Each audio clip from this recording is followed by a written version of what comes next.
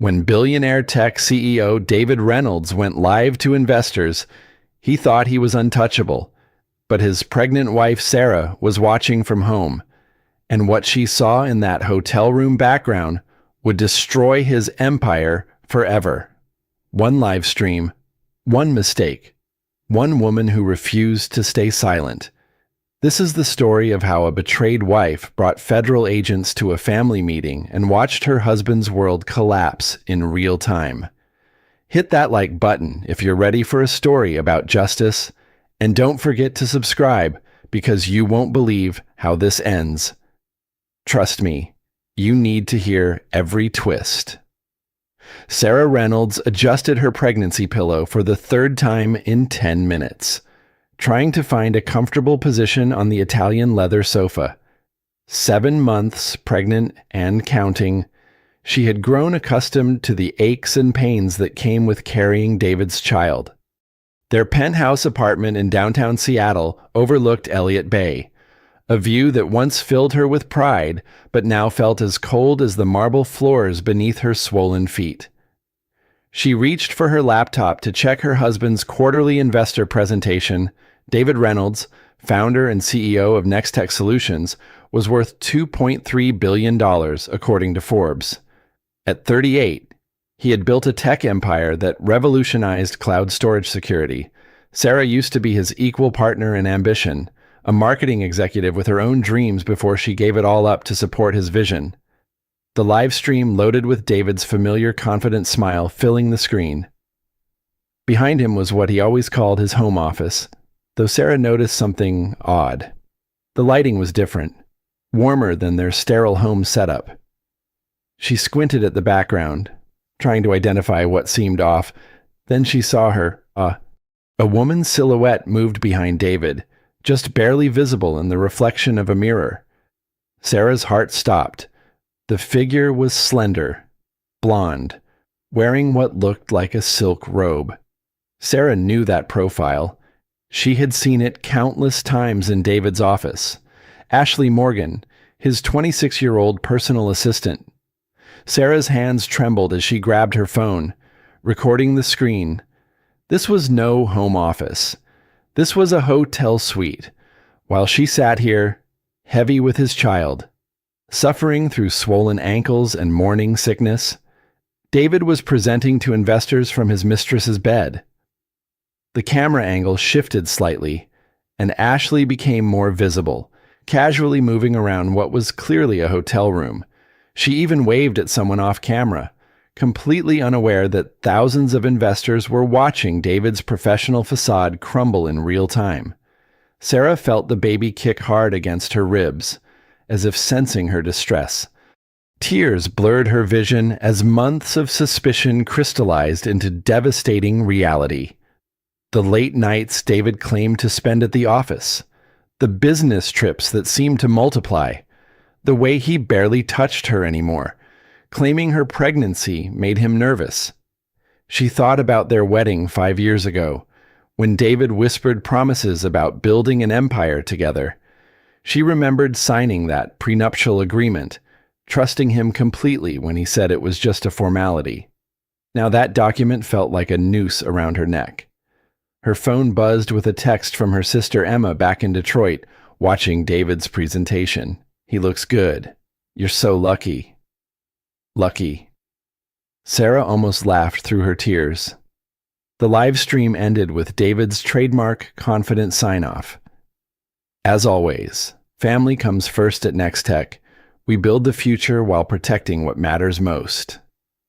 Sarah slammed the laptop shut and struggled to her feet. The baby kicked again, harder this time, and she pressed her hand to her belly. "It's okay," she whispered. "Mommy's going to figure this out." But deep down, she knew nothing would ever be okay again. David had just destroyed their marriage on live television, and he didn't even realize it. David walked through the front door at 11:30 that night, his tie loosened and his hair slightly disheveled. Sarah sat waiting in their living room, her laptop open on the coffee table. The recorded live stream paused on the frame where Ashley was clearly visible. "You're up late," David said, not quite meeting her eyes as he poured himself a scotch from the bar cart. "Is the baby keeping you awake?" "Where were you today during your investor call?" Sarah asked, her voice steady despite the storm raging inside her chest. David's hand paused on the crystal decanter. "My office, obviously. You know how these presentations work." Sarah turned the laptop screen toward him. "This is your office." The color drained from David's face as he saw the frozen image. For a moment, silence filled the room except for the ticking of their grandfather clock. Then David's expression hardened, and Sarah recognized the look that had terrified countless business competitors. "You're spying on me now," he said, his voice cold. "Recording my private business calls." Private. Sarah struggled to stand, her pregnancy making the movement awkward. "You were live streaming to thousands of people." Ashley was walking around in the background like she owned the place. David set down his glass and moved closer, his presence suddenly intimidating. "You're being paranoid. Pregnancy hormones can make women imagine things that aren't there. I have it recorded. David, I can see her clearly. What you think you see and what's actually happening are two different things," he said, his voice taking on that patronizing tone she had grown to hate. "Ashley was delivering documents to my hotel suite. I was working late preparing for the presentation." "In a hotel suite, why not your actual office?" David's jaw tightened. "Because I needed privacy to focus. Something that's apparently impossible in this house with you constantly questioning my every move." Sarah felt the familiar pattern beginning. David was gaslighting her again, making her doubt what she had seen with her own eyes. It was a technique she had watched him use on business rivals, slowly dismantling their confidence until they questioned their own judgment. "I know what I saw," she said firmly. "Do you?" David stepped closer, his voice dropping to a whisper. "Because from where I stand, I see a woman who's 7 months pregnant, isolated, spending too much time alone with her thoughts. Maybe we should have Dr. Martinez check if these paranoid episodes are affecting the baby." The threat was subtle but clear. Sarah's pregnancy had been complicated, requiring bed rest and careful monitoring. David was suggesting she was mentally unstable, laying groundwork to have her committed if she became too much trouble. "You're having an affair," she said, her voice breaking slightly. David laughed, but there was no warmth in it. "With Ashley. She's an employee. Sarah, a very efficient one who helps me run a billion-dollar company. If you're threatened by a working relationship, maybe the problem isn't me." He moved to the bar cart and refilled his glass, his movements casual and dismissive. "Here's what's going to happen. You're going to delete that recording, apologize for violating my privacy, and we're going to pretend this conversation never happened." "And if I don't?" David turned back to her, his smile cold and calculating. "Then you'll discover just how ironclad that prenuptial agreement really is. You signed away your rights to almost everything, including custody arrangements for children born during our marriage." Sarah's blood turned to ice. She had never read the fine print carefully, trusting David to protect her interests. The realization that she might have signed away her own child made her knees weak. "You wouldn't," she whispered. "I built this empire from nothing," David said, swirling the scotch in his glass. "I didn't get here by letting obstacles stand in my way. You can be part of my success, or you can be removed from it. Your choice." The baby kicked hard, and Sarah gasped, one hand flying to her belly. David didn't even glance her way. "Think carefully about your next move. Sarah, you're 7 months pregnant with no income, no career, and no legal claim to anything I've built.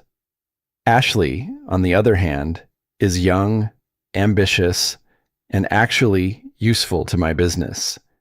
If you force me to choose between you, the decision won't be difficult." With that, he walked out of the room, leaving Sarah alone with the weight of his threats and the terrible knowledge that the man she had married no longer existed. 3 days later, Sarah sat across from Elena Vasquez in a coffee shop 20 minutes from her neighborhood. Elena was 42, sharp-featured, with silver streaks in her black hair that she wore like battle scars. She had built her reputation destroying powerful men in divorce court, and David's own lawyer had once called her the most dangerous woman in Seattle. "Show me what you have," Elena said without preamble.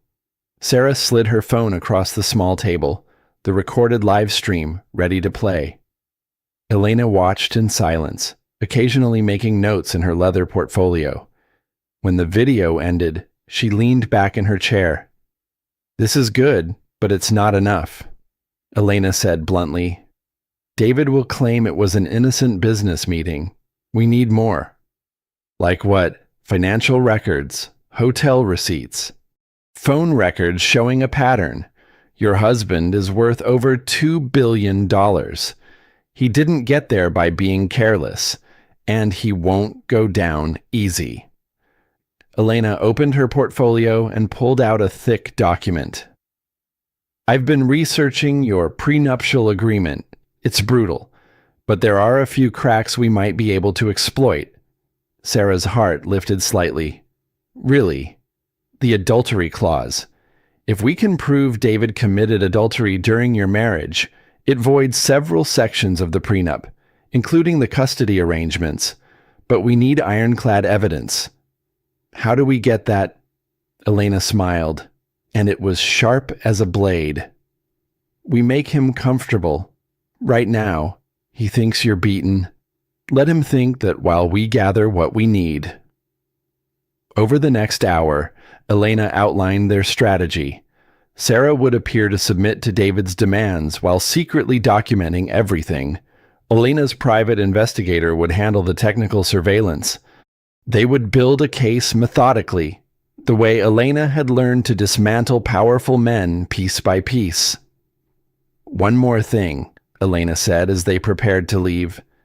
"David has connections throughout the city. We need to assume he has people watching us. Be careful who you trust."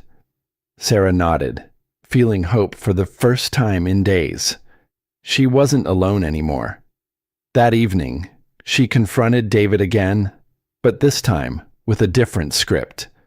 She apologized for her accusations, blamed her pregnancy hormones, and deleted the recording in front of him. David accepted her surrender with smug satisfaction. "I'm glad you came to your senses," he said, pulling her close in a rare display of affection. "After the baby comes, we'll get you some help. Postpartum depression can be serious." Sarah smiled and nodded. Even as her blood boiled, David was already planning to have her declared mentally incompetent after she gave birth, but now she knew what he was planning, and Elena would be ready. For 3 weeks, their plan worked perfectly. Elena's investigator, Marcus, gathered hotel receipts showing David's frequent stays at the Four Seasons. They documented Ashley's presence through security footage and credit card records showing David purchasing expensive jewelry and clothing that never appeared in their home. Sarah played her part perfectly, acting like the submissive wife while secretly recording David's phone calls and photographing suspicious documents. The evidence file grew thicker each day. Then everything fell apart. "We have a problem," Elena said when Sarah arrived at their usual coffee shop. Elena's face was pale, her usual confidence shaken. "What kind of problem?" "I've been disbarred, effective immediately." Sarah's coffee cup slipped from her hands, shattering on the floor. "What?" "Anonymous complaint filed yesterday. Claims I've been bribing witnesses and falsifying evidence. Complete fabrication, but the ethics board acted faster than I've ever seen. Someone with serious influence pushed this through. The blood drained from Sarah's face. David knows. Elena nodded grimly. He knows everything. Our meetings, the investigation, probably every conversation we've had. I'm sorry, Sarah. I failed you. As Elena spoke, Sarah's phone buzzed with a text message from an unknown number. Your recording was impressive. Hope you enjoyed your coffee. Love, David. Sarah looked around the coffee shop wildly, realizing they were being watched at that very moment. David hadn't just discovered their plan. He had been controlling it from the beginning. Sarah returned home to find David waiting in their living room with two men in expensive suits. One was his personal lawyer, Richard Sterling. The other introduced himself as Dr. Harrison Webb, a psychiatrist. Sit down, Sarah, David said, his voice gentle but firm. We need to talk. Sarah's hands trembled as she lowered herself into a chair. The baby seemed to sense her distress, kicking restlessly against her ribs. Dr. Webb specializes in pregnancy-related mental health issues, David continued. I've been concerned about your recent behavior, the paranoid accusations, the secret recordings, hiring a lawyer to spy on me. Dr. Webb leaned forward with practiced sympathy. These symptoms are more common than you might think. Mrs. Reynolds. Prenatal depression combined with hormonal changes can create elaborate delusions about infidelity and persecution. I'm not delusional, Sarah said, but her voice sounded weak, even to her own ears. Richard Sterling placed a folder on the coffee table. We have documentation of your recent erratic behavior, hiring Elena Vasquez under false pretenses, creating fabricated evidence against your husband. These actions suggest a serious break from reality. Sarah stared at the folder, knowing it contained a twisted version of the truth. Every move she had made to protect herself was being reframed as evidence of mental illness. The good news, Dr. Webb continued, is that this is treatable. I recommend immediate intervention to protect both you and the baby. Voluntary commitment to a specialized facility where you can receive proper care. Voluntary, Sarah whispered. David's expression was sympathetic, but his eyes were cold. Of course. Though if you refuse treatment, I'll have no choice but to seek an involuntary commitment order. For the baby's safety. Sarah understood the trap perfectly. Submit to voluntary psychiatric treatment, or be declared legally incompetent. Either way, David would have complete control over her and their child. I need time to think, she said. I'm afraid we can't wait, Richard Sterling said. Mrs. Reynolds' condition appears to be deteriorating rapidly. For everyone's safety, we need to act immediately. As they spoke, Sarah noticed David's phone buzzing repeatedly with text messages. Each time, his smile grew wider. She realized he was receiving updates about something else, something that gave him obvious pleasure. Actually, David said, standing and straightening his tie. Before we proceed, there's something we need to attend to tonight. The Pediatric Cancer Research Gala. I'm receiving the Humanitarian of the Year award. Sarah stared at him in disbelief. You want me to go to a charity gala now? I want you to remember your role as my wife, David said firmly. Tonight, you'll smile, look beautiful, and show everyone that the Reynolds family is strong and united. Tomorrow, we'll get you the help you need. Sarah realized this was another calculated move. David wanted to parade her in public one last time before having her committed. A final humiliation to cement his narrative of the unstable wife who needed to be protected from herself. 2 hours later, Sarah found herself in their master bedroom, struggling to fit into a formal gown that no longer accommodated her pregnant belly. David had hired a team of stylists who worked around her obvious distress, creating the illusion of the glowing, expectant mother. "You look beautiful," David said when she emerged, but his eyes were looking past her, already focused on the performance ahead. The gala was held at the Four Seasons, the same hotel where David had been conducting his affair. Sarah recognized several staff members who nodded respectfully at David, confirming what she already knew about his frequent visits. The ballroom glittered with Seattle's most powerful citizens, tech executives, politicians, judges, and media personalities all gathered to celebrate David's philanthropic contributions. Sarah stood beside him during his acceptance speech, her smile frozen in place as he spoke about the importance of family and protecting children. "My wife Sarah has been my inspiration throughout this journey," David said, placing his hand on her shoulder with obvious possession. "Even now, as she prepares to bring our first child into the world, she reminds me daily of what truly matters." The applause was thunderous. Cameras flashed as David pulled Sarah close, the image of the perfect power couple expecting their first child. But then David's expression changed. His confident smile faltered as he looked toward the ballroom entrance. Sarah followed his gaze and saw a young woman approaching, someone she didn't recognize but who clearly knew David very well. The woman was perhaps 25, with David's same green eyes and stubborn jawline. She walked with purpose through the crowd, ignoring the whispers that followed in her wake. David's hand tightened painfully on Sarah's shoulder as the stranger reached the stage. In the sudden silence, her voice carried clearly throughout the ballroom. "Hello, Dad," she said. "I think it's time we had a talk." The ballroom fell into absolute silence as every head turned toward the young woman on the stage. David's face went white, his grip on Sarah's shoulder tightening to the point of pain. "Jessica," he whispered, barely audible. "Jessica Reynolds," she said clearly, speaking to the crowd as much as to David. "Your daughter, the one you abandoned when I was 8 years old." Sarah felt the floor seem to shift beneath her feet.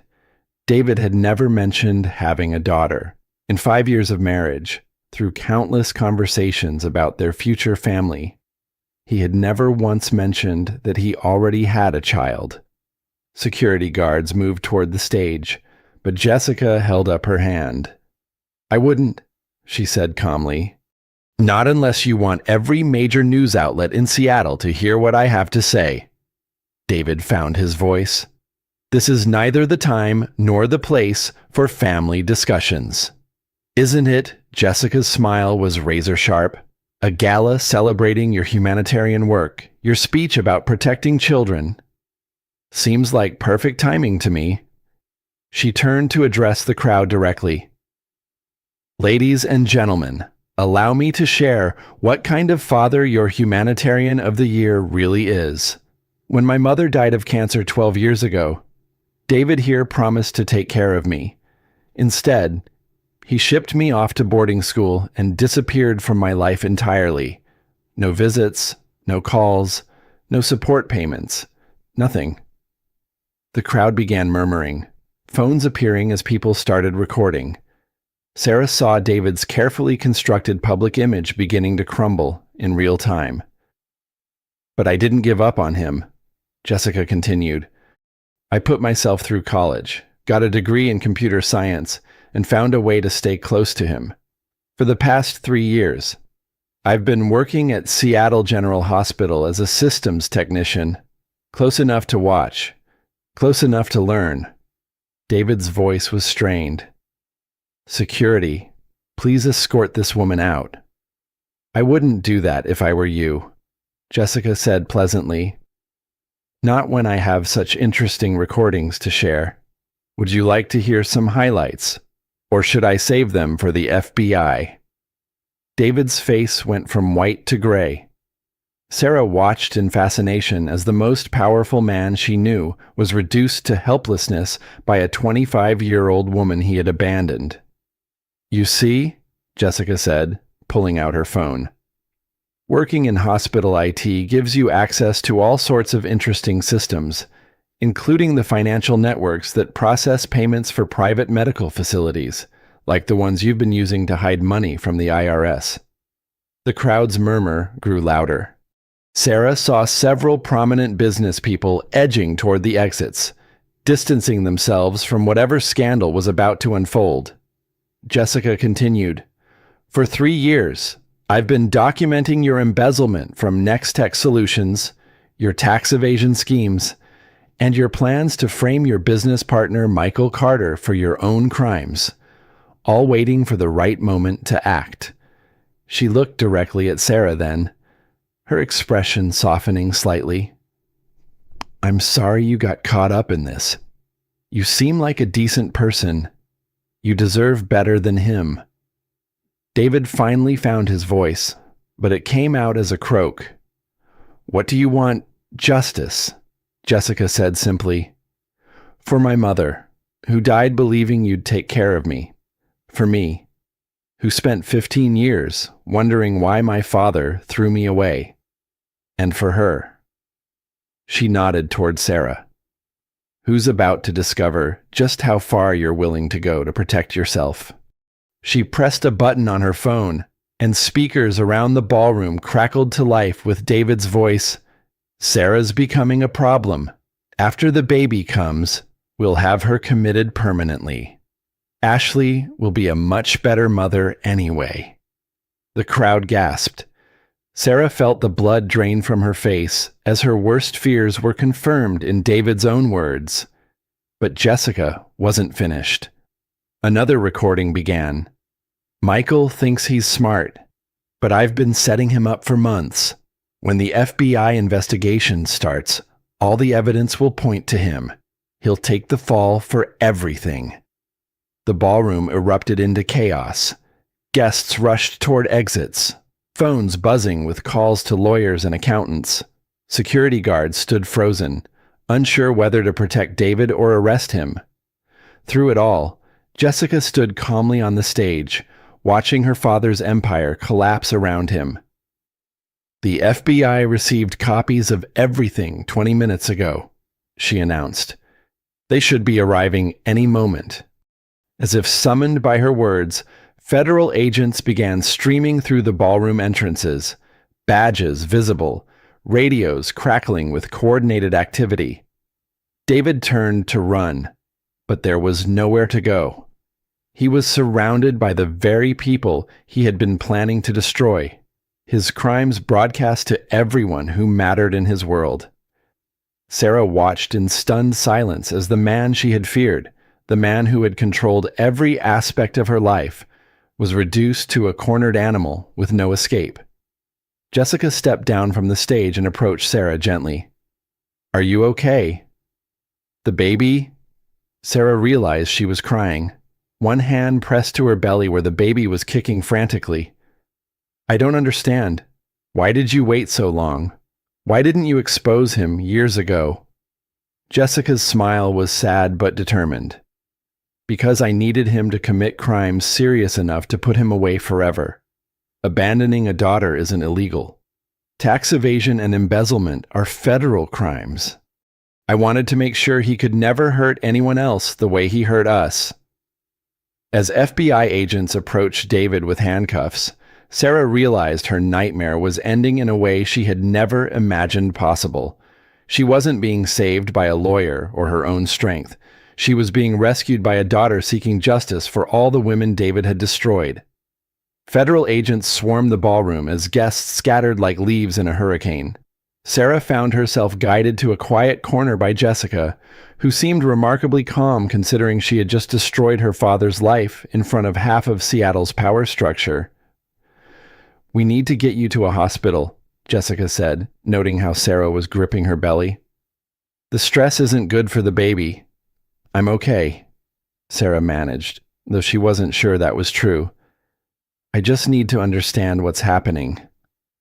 Agent Martinez, a stern-faced woman in her 40s, approached them with a tablet in her hands. "Mrs. Reynolds, I'm Special Agent Martinez with the FBI Financial Crimes Division. We need to ask you some questions. But first, are you in immediate medical distress? Sarah shook her head, though the baby's increasingly frantic movements suggested otherwise. Your husband has been under investigation for 18 months, Agent Martinez explained. Ms. Reynolds here. She nodded toward Jessica. Contacted us 3 years ago with initial evidence. We've been building a case ever since. Sarah looked at Jessica in amazement. You've been planning this for 3 years. Jessica's expression was complicated, mixing determination with old pain. After Mom died, I had nothing left except anger. I could have sued him for abandonment, but civil courts wouldn't have been enough. I wanted him to face the same kind of powerlessness he forced on us. Agent Martinez continued, the evidence, Ms. Reynolds provided documents systematic embezzlement of over $50 million from Nextech Solutions, tax evasion on a massive scale, and conspiracy to frame Michael Carter for his crimes. Michael Carter? Sarah asked, confused. David's business partner, Jessica explained. The one person who might have been able to expose him. David's been setting him up as the fall guy for months. As they spoke, Sarah watched federal agents leading David through the ballroom in handcuffs. His face was pale, his usual confidence completely shattered. When he saw her watching, he tried to speak, but an agent guided him firmly toward the exit. What happens to me now? Sarah asked. To the baby. Agent Martinez consulted her tablet. The prenuptial agreement is void due to fraud. Everything your husband obtained through illegal means is subject to seizure, but anything legitimately earned remains marital property. You'll need a good attorney. Sarah almost laughed. The one I hired was disbarred because of David. Actually, Agent Martinez said with a slight smile, Elena Vasquez's disbarment was based on fabricated evidence. She's been reinstated as of this afternoon. Seems someone with federal connections vouched for her integrity. Jessica raised her hand slightly. I may have mentioned to Agent Martinez that you deserved proper representation. Before Sarah could respond, a commotion near the ballroom entrance drew their attention. Ashley Morgan was trying to leave quietly, but hotel security had stopped her at the request of federal agents. We need to speak with Ms. Morgan as well, Agent Martinez said. She's been involved in laundering money through shell companies.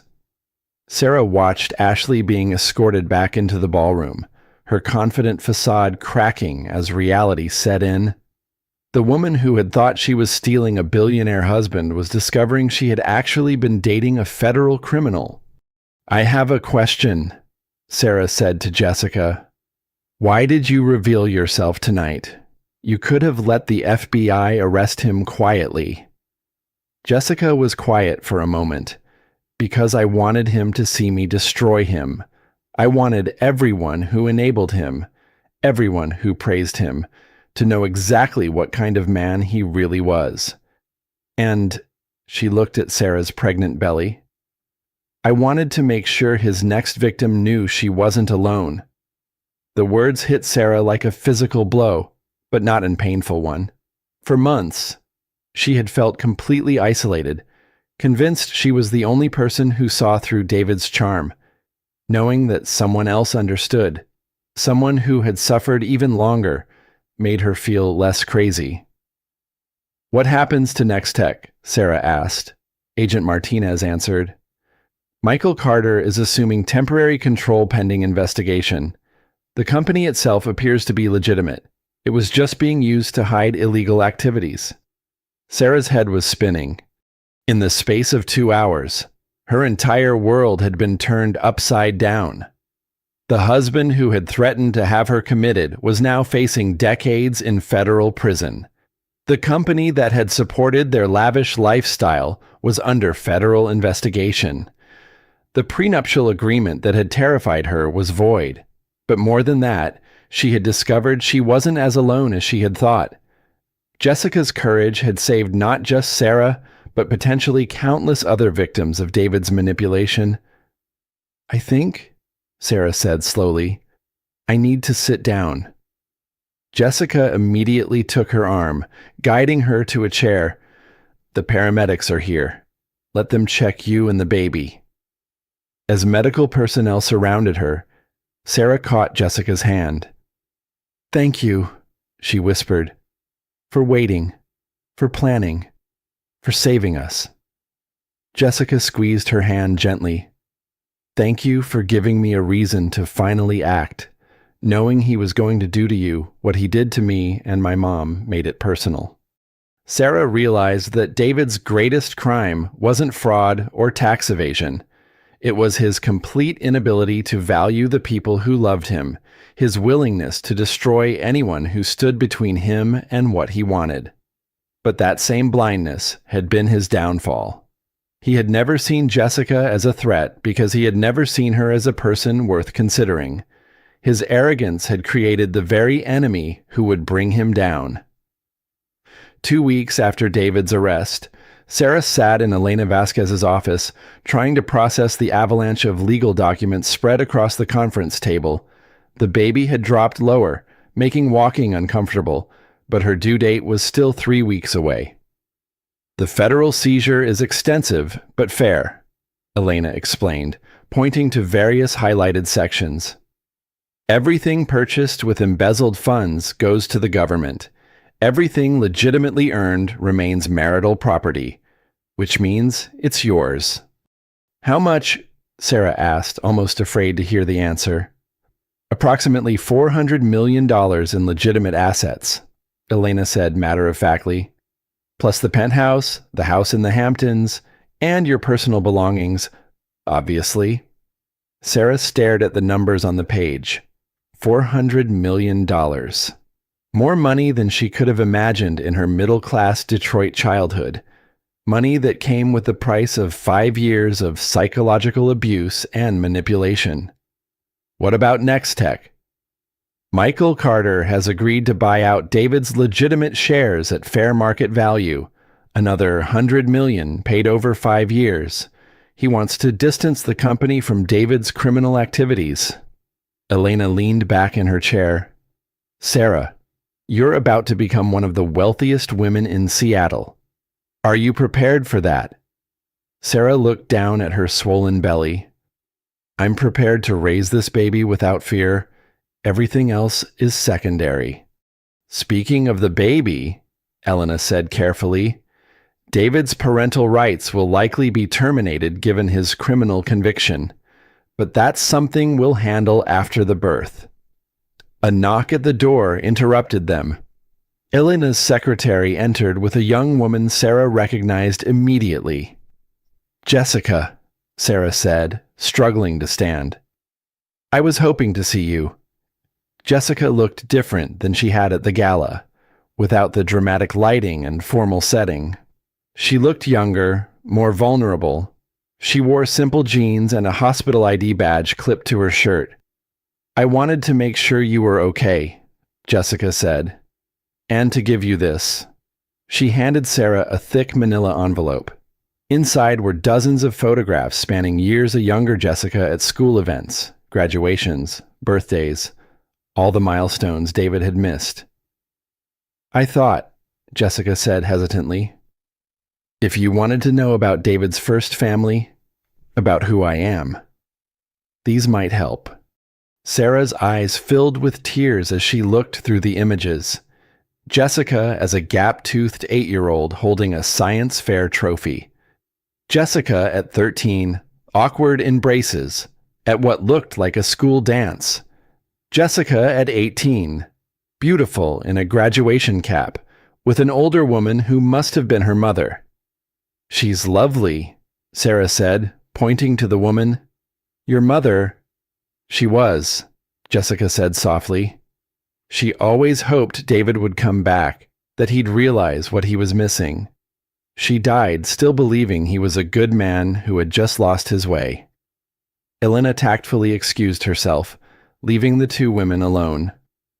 "I have to ask," Sarah said. "Why are you being so kind to me?" You could hate me for taking your father's attention, for being part of the life that replaced you. Jessica sat down across from her, looking tired. Because you're not responsible for his choices. You're just another woman he tried to destroy when you became inconvenient. She paused, studying her hands. And because that baby you're carrying is my half-sibling, the only family I have left. The words hung in the air between them. Sarah realized that Jessica had not just been seeking justice. She had been trying to save the family she had never been allowed to have. What happens now? Sarah asked. David's lawyers are negotiating a plea deal. 25 years minimum. Probably more. He'll never get out while he's young enough to hurt anyone else. Sarah felt a strange mix of relief and sadness. Relief that her nightmare was truly over. Sadness for the man David might have been if he had chosen differently. Ashley, cooperating with federal investigators in exchange for immunity, turns out she documented everything, thinking it would protect her if things went bad. She was smarter than David gave her credit for. Jessica pulled out another envelope. This one smaller. There's something else. David wrote you a letter from jail. The guards asked me to deliver it. Sarah took the envelope but didn't open it immediately. She wasn't sure she was ready to hear from the man who had tried to destroy her. You don't have to read it now, Jessica said gently. Or ever, if you don't want to. Sarah nodded, tucking the letter into her purse. What about you? What happens to Jessica Reynolds now that justice is done? Jessica smiled for the first time since Sarah had met her. I'm thinking about medical school. Turns out I have a trust fund from my mother's life insurance that David never knew about. Enough to pay for school and support myself while I figure out what kind of doctor I want to be. That's wonderful, Sarah said, meaning it. And I was hoping, Jessica said hesitantly, when the baby comes, if you're okay with it, maybe I could be part of their life, not as a replacement for David, but as family, as an aunt. Sarah felt tears spilling down her cheeks. The baby kicked as if responding to the emotional moment. I would love that, she whispered. This baby deserves to know their family history, the good parts and the bad, and they deserve to know their sister. Jessica's eyes brightened with unshed tears. Sister, I like that. As they talked, Sarah realized that David's greatest failure hadn't been his crimes or his betrayals. It had been his inability to recognize the value of the people who loved him. He had thrown away a daughter's devotion, a wife's loyalty, and a chance to build something meaningful with his wealth and influence. But his blindness had become their strength. Jessica had found the family she had always wanted, and Sarah had found an ally she never knew she needed. 3 days later, Sarah's water broke at 2 a.m. She called Jessica first, then Elena, then the car service that would take her to Seattle General Hospital. As contractions began in earnest, she realized she felt something she hadn't experienced in months, excitement rather than fear. Jessica met her at the hospital entrance, still wearing scrubs from her shift in the IT department. How are you feeling? She asked as they walked toward the labor and delivery ward. Scared, Sarah admitted. But good scared, if that makes sense. It makes perfect sense, Jessica said. You're about to meet your son. The doctors had confirmed it was a boy through the latest ultrasound. Sarah had already chosen a name, James, after her father who had died when she was 20. James Reynolds, though she was considering changing their last name to Mitchell. Her maiden name, a fresh start for both of them. Labor progressed slowly but steadily. Jessica stayed by her side, holding her hand during contractions, helping her breathe through the pain. Elena arrived mid-morning with updates about the legal proceedings. David's plea hearing is scheduled for next week. she reported quietly while Sarah rested between contractions. The prosecutors are confident he'll accept the deal rather than risk trial. How long? Sarah asked, though she wasn't sure she wanted to know. 30 years minimum, Elena said. He'll be 70 when he gets out, assuming he serves the full sentence. Sarah nodded, surprised by how little the news affected her. David had become abstract to her, a problem that had been solved rather than a person she had once loved. Another contraction hit, stronger this time, and Jessica squeezed her hand. "You're doing great," she said. "He's almost here." The next few hours blurred together in a haze of pain, exhaustion, and anticipation. Sarah had taken natural childbirth classes, determined to experience every moment of bringing her son into the world. She wanted to be fully present for his arrival, not numbed by drugs or distracted by fear. As the sun began to set through the hospital room window, Dr. Patterson announced that it was time to push. Jessica moved to support Sarah's shoulders while the medical team prepared for delivery. "I can see his head," Dr. Patterson called out. "One more big push. Sarah." Sarah bore down with all her remaining strength, and suddenly the room filled with a baby's cries.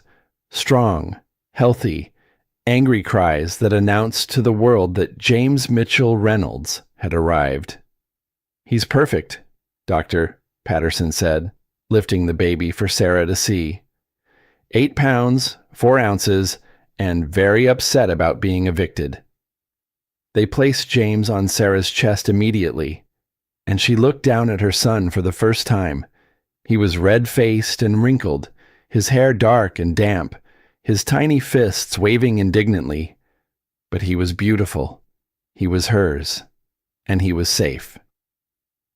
"Hello, baby boy," she whispered, tears streaming down her face. "I'm your mama." Jessica was crying too, her hand resting gently on the baby's back.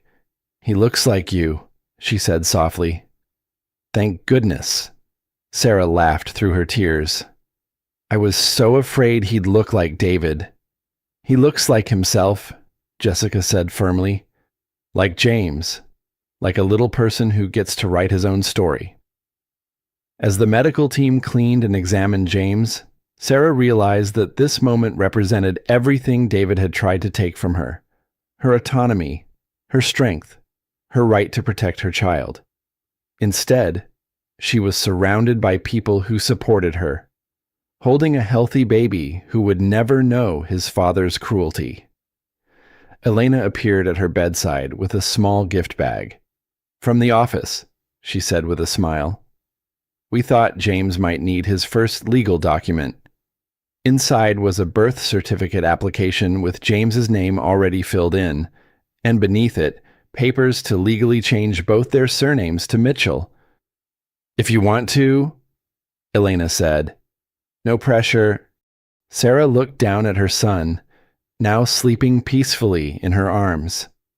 James Mitchell had a nice ring to it, a name that belonged only to him, with no shadows from his father's crimes. "Yes," she said firmly.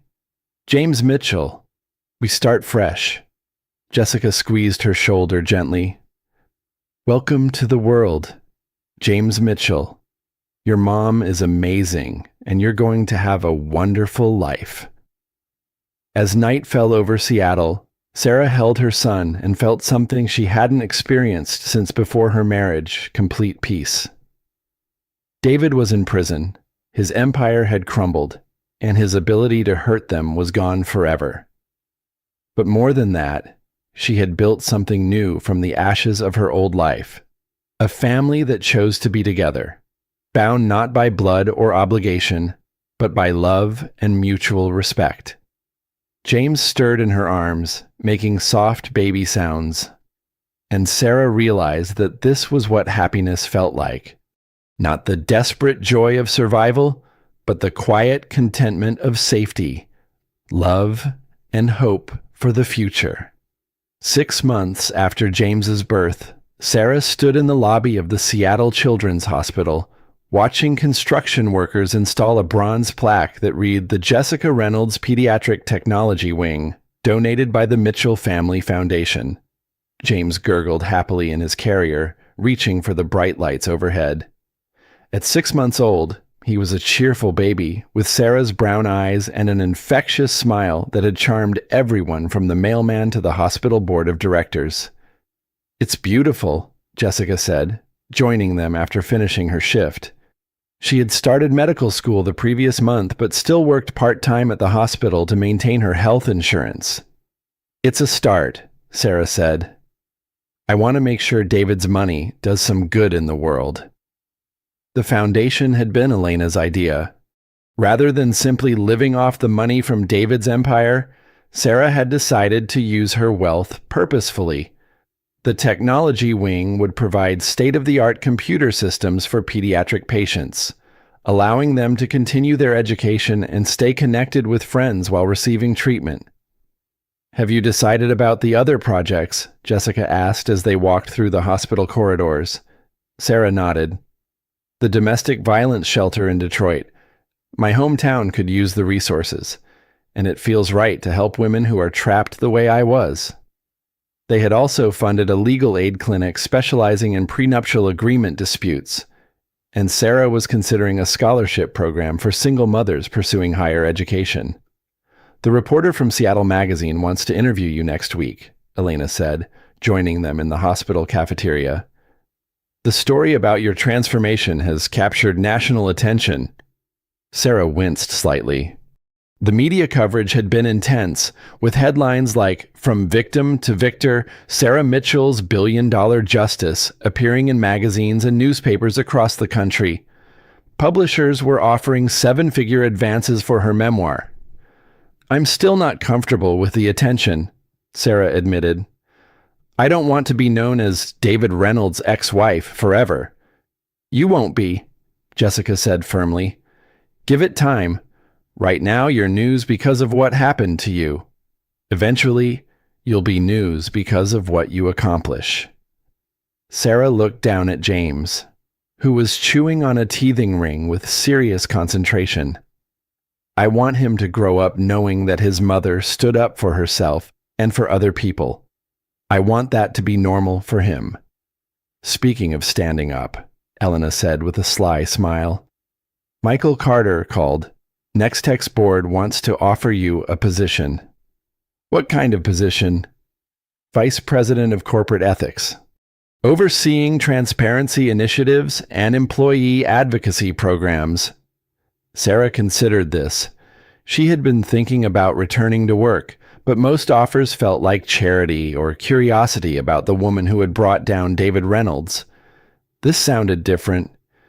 It would be part-time initially.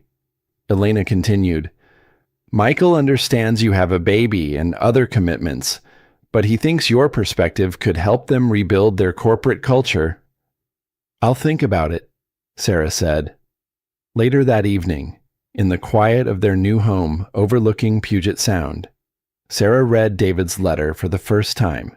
She had carried it in her purse for months, unopening it until she felt strong enough to handle whatever it contained. The letter was shorter than she had expected Sarah. "I know you'll never forgive me, and you shouldn't. What I did to you was unforgivable. I told myself I was protecting my interests, but the truth is, I was just afraid of losing control. I'm not writing to ask for forgiveness or to make excuses. I'm writing because you deserve to know that what happened wasn't your fault. You were never weak or crazy or insufficient. You were just married to someone who didn't deserve you. Take care of our son. Raise him to be better than his father." David Sarah folded the letter and put it in James's baby book. Someday, when he was old enough to understand, he could read his father's words and make his own decisions about forgiveness and family. For now, it was enough that David acknowledged what he had done, even if it was too late to matter. Jessica arrived for dinner with Chinese takeout and news from the courthouse. "David's sentencing hearing is next week," The prosecutors think he'll get the full 30 years. Will you go? Sarah asked. Jessica shook her head. I got my justice when the FBI arrested him. I don't need to watch him be sentenced to feel closure. They ate dinner on Sarah's deck, watching the sunset paint Elliott Bay in shades of gold and pink. James sat in his high chair, alternately eating mashed bananas and smearing them on his tray with obvious delight. I have an announcement, Jessica said as they cleaned up. I got into the pediatric residency program at Children's Hospital. Sarah hugged her tightly. Jessica, that's wonderful. When do you start next summer, after I finish my first year of medical school? Dr. Patterson wrote me a recommendation letter citing my exceptional character and dedication to justice. She grinned. Apparently bringing down a federal criminal looks good on applications. As they talked, Sarah realized how much her life had changed in less than a year. She had gone from a terrified, isolated pregnant woman to a confident mother with a purpose, surrounded by people who valued her for who she was rather than what she could provide. The fear that had controlled her marriage was gone, replaced by the quiet confidence that came from surviving the worst and discovering she was stronger than she had ever imagined. I've been thinking about Michael's job offer, Sarah said as Jessica prepared to leave. I think I'm going to take it. Really? What changed your mind? Sarah looked at James, now drowsy in his bouncer, his little fist wrapped around her finger. I want him to see his mother working, contributing, making decisions that matter. I want him to know that's normal. Jessica smiled. He's going to be proud of you, just like I am. After Jessica left, Sarah sat on her deck holding James as he fell asleep. The city lights twinkled below them, and she could hear the distant sound of ferries crossing the Sound. This was happiness, she realized, not the desperate relief of escape, but the deep contentment of safety, purpose, and love. David was in prison, but that wasn't what made her happy. Jessica was family, but that wasn't what made her complete. James was healthy and beautiful, but even he wasn't the source of her peace. What made her happy was the knowledge that she had chosen this life. Every decision, from leaving David to starting the foundation to considering the job offer, was hers to make. For the first time in years, Sarah Reynolds Mitchell was truly free. 1 year later, Sarah stood at the podium of the Seattle Convention Center, looking out at an audience of 500 women attending the first annual Rise Above conference. The event brought together domestic violence survivors, legal advocates, and business leaders to share resources and support. James, now 18 months old and walking everywhere, sat in the front row with Jessica, babbling happily and occasionally calling out "Mama" when he spotted Sarah on the stage. A year ago, Sarah began, her voice steady and clear, I was 7 months pregnant, isolated, and convinced I had no options. My husband controlled every aspect of my life, and I believed I was trapped forever. She paused, making eye contact with women throughout the audience. Some faces showed recognition, others skepticism, but all were listening intently. I was wrong about being trapped, but I was right about one thing I couldn't escape alone. The women who saved me were Elena Vasquez, who risked her career to represent me, and Jessica Reynolds, who spent 3 years building a case against the man who had abandoned her. Jessica waved from the front row, earning applause from the audience. Today, I want to talk about the difference between surviving and thriving. Sarah continued, Surviving means getting through each day, enduring whatever comes your way, hoping things might eventually get better. I survived my marriage for 5 years. She clicked to the next slide, showing a photograph of herself from David's sentencing hearing. She looked tired but determined, holding James in her arms. Thriving means making choices that align with your values, building relationships based on mutual respect, and using your experiences to help others. I've spent the past year learning how to thrive. The audience was completely silent now, hanging on every word. The Mitchell Family Foundation has funded 3 domestic violence shelters, 2 legal aid clinics, and a technology program that helps isolated women access resources and support. We've done this because surviving isn't enough. We want to help women thrive. Sarah clicked to another slide showing statistics about domestic violence and financial abuse. The numbers were staggering, but she had learned to present them without being overwhelmed by the scope of the problem. My ex-husband is serving 30 years in federal prison for embezzlement and tax evasion. His crimes against me were legal, hidden behind a prenuptial agreement I signed when I was young and trusting. But his financial crimes gave us the leverage we needed to break free. She paused, looking down at James, who was now standing on his chair and clapping enthusiastically. That little boy will grow up knowing his mother stood up for herself and for others. He'll never think it's normal for men to control or intimidate women. He'll never believe that marriage means sacrificing your identity or your dreams. The audience erupted into applause, but Sarah wasn't finished. I also want him to know his sister Jessica, who taught me that justice isn't about revenge. It's about ensuring that people who abuse their power face consequences, and that their victims get the support they need to rebuild their lives. Jessica stood up in the front row, tears streaming down her face, and the audience gave her a standing ovation. This conference exists because none of us should have to fight these battles alone. Sarah continued when the applause died down. Whether you're trying to leave an abusive relationship, rebuild after divorce, or simply want to help other women, this community is here for you. She concluded with the foundation's motto, "We rise together, or we don't rise at all." After her speech, Sarah was surrounded by women wanting to share their stories, ask for advice, or volunteer with the foundation. She listened to each one, remembering how desperate she had felt for someone to understand what she was experiencing. Elena found her during a break. James balanced on her hip while he ate a cookie. "Excellent speech," Elena said. "The board of directors is impressed with the foundation's impact already." "It's just the beginning," Sarah said. "I've been thinking about expanding to other cities, maybe starting a national network." And the book, Sarah had finally decided to write her memoir, but she was taking her time with it.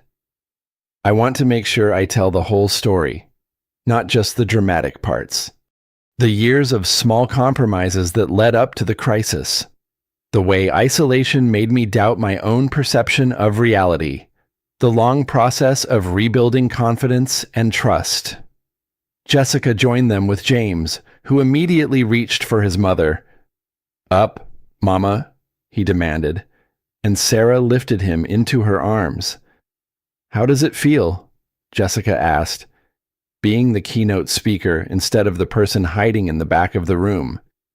Sarah considered the question seriously. Terrifying and exhilarating. A year ago, I couldn't imagine speaking in public about anything, let alone my personal life. Now I feel like I have something important to say. "You do," Elena said firmly. "Every woman in that audience saw herself in your story, but they also saw proof that escape and recovery are possible." As the day continued, Sarah met with foundation board members, potential donors, and other speakers. The work was demanding but deeply satisfying. She was using her privilege and resources to address problems she understood intimately. That evening, at the foundation's donor reception, Michael Carter approached her with news about Nextech. "The ethics program you designed is being adopted by 3 other tech companies," he said. "The employee advocacy position you created has prevented 2 potential harassment cases from escalating." Sarah smiled. I'm glad it's working. It feels good to use my business skills for something meaningful. There's something else, Michael said. The board wants to offer you a full partnership in the company, not because of your settlement money or your story, but because of the work you've done this past year. Sarah was stunned. A partnership, 20% equity, full voting rights, and the authority to expand the ethics program company-wide. You'd be one of the most powerful women in Seattle tech. Sarah looked across the room at James, who was charming a group of Foundation supporters while Jessica kept him from destroying the appetizer table. I need time to think about it, she said. James is still so young, and the Foundation needs attention. Of course, Michael said. But Sarah, you've earned this, not because of what David did to you, but because of what you've accomplished despite it. Later that night, after the guests had gone home and James was asleep, Sarah sat on her deck with Jessica, sharing a bottle of wine and processing the events of the day. Are you going to take the partnership? Jessica asked. I think so, Sarah said. It feels right, like the next step in building something meaningful. Mom would be proud of you, Jessica said quietly. Both of you. What you've built from the ashes of David's destruction. Sarah looked up at the stars, visible despite the city lights. Do you think about him? Sometimes, I wonder if he's learned anything, if he regrets what he did. But mostly, I just feel grateful that his selfishness led us to each other. Sarah nodded. I used to hate him for what he put me through. Now I realize that his betrayal gave me the push I needed to discover who I really was underneath all the fear. James stirred on the baby monitor, making sleepy sounds, and Sarah smiled. I should check on him. I'll come with you, Jessica said. They stood in the doorway of James's nursery, watching him sleep. He had grown so much since his birth, developing his own personality and preferences. He was fearless, curious, and affectionate, showing no signs of the trauma that had surrounded his earliest months. He's going to have a good life, Jessica said softly. The best life, Sarah agreed. He'll grow up knowing he's loved, knowing his voice matters, knowing he has choices. As they turned to leave, James opened his eyes and smiled at them sleepily. Mama, Jess, go back to sleep, baby, Sarah whispered, but she was smiling. He had recently started calling Jessica by name, accepting her as a permanent part of their family. This was what victory looked like. Sarah realized, not the dramatic courtroom scenes or the headlines about David's downfall, but these quiet moments of love and security. A child who slept peacefully. A sister who chose to stay. A life built on truth instead of fear. David had tried to convince her that she was nothing without him. Instead, she had discovered that she was everything she needed to be, and that her son would grow up knowing the same truth.